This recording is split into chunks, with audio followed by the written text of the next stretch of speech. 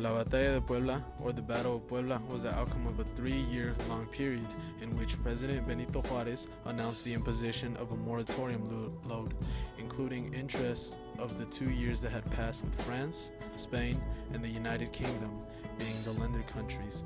After hearing the news, they would take it upon themselves to invade Mexico.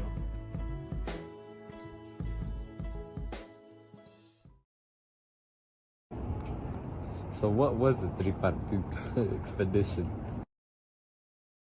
Tripartite expedition.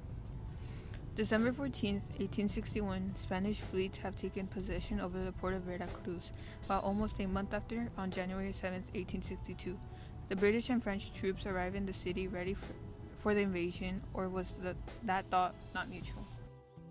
On January 14th, 1862, a bill of claims was presented to the government in Mexico City. Foreign Minister Manuel Doblado invited the commissioners to travel Orizaba, a small town located within the Mexican state of Veracruz, with 2,000 of their own troops, for a conference, while requesting that the rest of the tripartite forces disembark from Veracruz. The proposal to disembark most of the troops was rejected, but negotiations that resulted in an agreement. Commencement of the French invasion. April 9, 1862, agreements at the Orizaba between the Allies broke down. France had made it clear that they wanted to impede its government in violation of previous treaties. On April 11, Minister Dovaldo acknowledged to the British that their intentions would lead to war. The British informed the Mexican government that they now intended to exit the country, and an arrangement was made with the British government to settle its claims. Almost settled. Now France was the only one left that couldn't negotiate with Mexico because of its many violations to previous treaties. Oh, and by the way, on April 11th, Minister Doblado made it clear to the French government that their intentions would lead to war.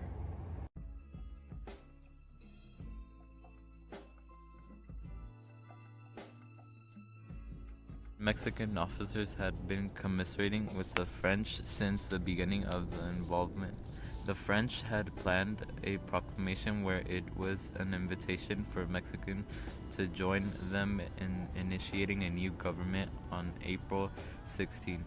Juan Almonte, who had been a foreign minister of the conservative government during the Reform War, was brought back to Mexico by the French. He wrote manifesto assuring the Mexican people of benevolent French intentions on April 17th. The French had defeated a small Mexican force at Escamela and later on had captured Orizaba. 2 Mexican generals under the name of Porfirio Diaz and Ignacio Zaragoza had retreated to El Ingenio and headed towards Puebla. The French had invaded Mexico in 1862, forcing President Juarez and his administration into exile. Juarez assembled a ragged group of faithful soldiers at his new base of operations in the north and dispatched them to Puebla. Britain and Spain bargained with Mexico before withdrawing. France opted to take advantage of the available space and create an empire based on Mexico.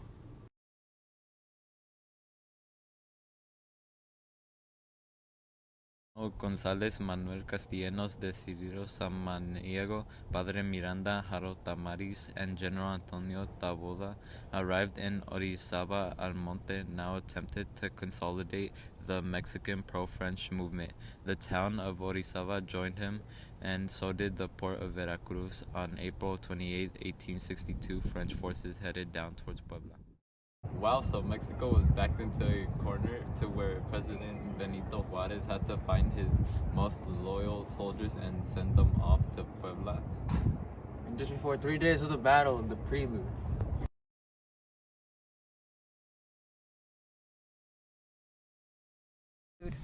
The French army and the Mexican troops under Antonio Taboada reached Amozoc, near Puebla, on May 2, 1862.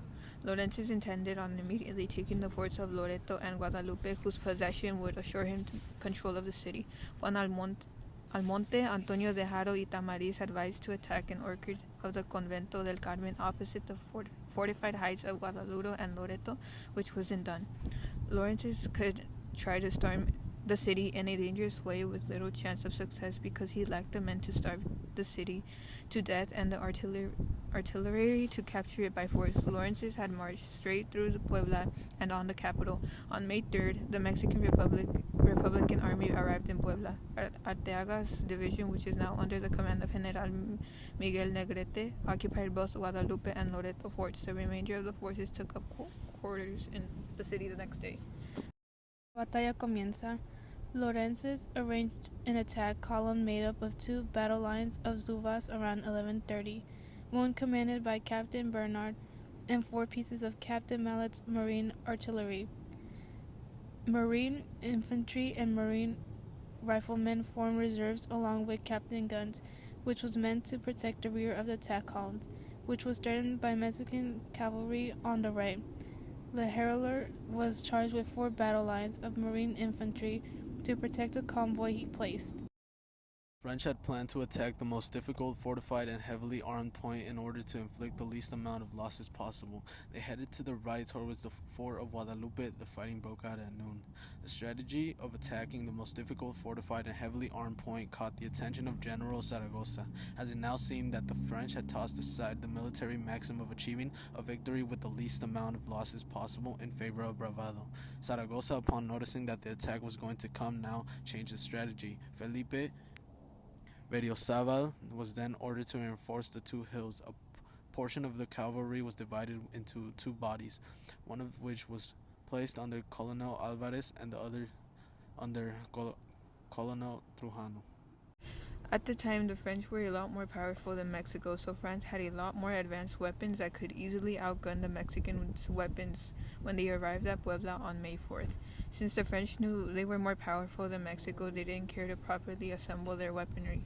They attempted to scare the people of the city the morning of May 5th with loud bugle cries and complex bayonet drills. They retired, but as a result of significant casualties after a full day of warfare that included 3 miserably failed uphill attacks. French retreated and were persuaded by Mexican forces, but the pursuit was given up when another French column came to the aid of the retreating troops. They had been met by 2 battle lines of Mexican infantry, which exchanged shots with French sharpshooters. They had completed half of the ascent, where they were met by the 2 battle lines of Mexican infantry, which, after exchanging shots with French sharpshooters, returned to their position. The 2 French columns pushed on together towards the Guadalupe and Resurrection Chapel, then combined and split into 3. The Mexican cavalry then charged upon the remaining French and prevented the reorganization for further assaults. General Diaz, with portions of his brigade and other troops and 2 pieces of artillery, checked and drove away from the French columns, which were marching against the Mexican positions. They continued to face each other until 7 in the evening, when the French returned to their camp at Los Alamos and then to the Orizaba on the 8th to await reinforcements which were on their way for France. Aftermath. France went on to win the war despite losing the Battle of Puebla. France's assault was slowed down by Mexico's triumph at Puebla, but it was unabated. Emperor Napoleon III, who had lost his composure during the battle, then issued an order to send nearly 30,000 more soldiers to Mexico. April 28, 1862, in the Battle of Puebla, which took place on May 5, 1862, southeast of Mexico City, a poorly equipped Mestizo and Zapotec force led by General Ignacio Zaragoza defeated French troops. The battle resulted in the deaths of about 1,000 French soldiers. The triumph at Puebla became a representation of Mexican resistance to foreign hegemony, even though combat persisted and the French were not expelled for another 5 years. The city, which was subsequently renamed Puebla de Zaragoza, is home to a museum dedicated to the conflict, and the actual battleground is preserved as a park.